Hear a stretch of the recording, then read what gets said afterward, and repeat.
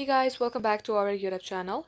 In today's video, I'm going to show you how to fix Temu wishlist not showing up.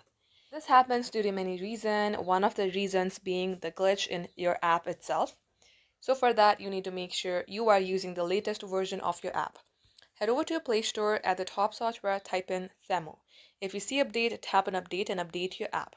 If you see open, leave this as it is and head over to your settings. Here, scroll all the way below and tap on apps. And then again search for Temu.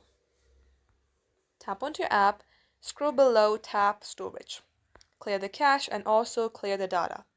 If you remember your credentials, you may go ahead and tap on delete, but if you do not remember your credentials, like your username and password, I do not recommend you clearing your data. Come back onto app info page, then tap on force stop and then OK. Lastly, restart your device and then launch your Temu. It will ask you to re-log into your account because you cleared the data.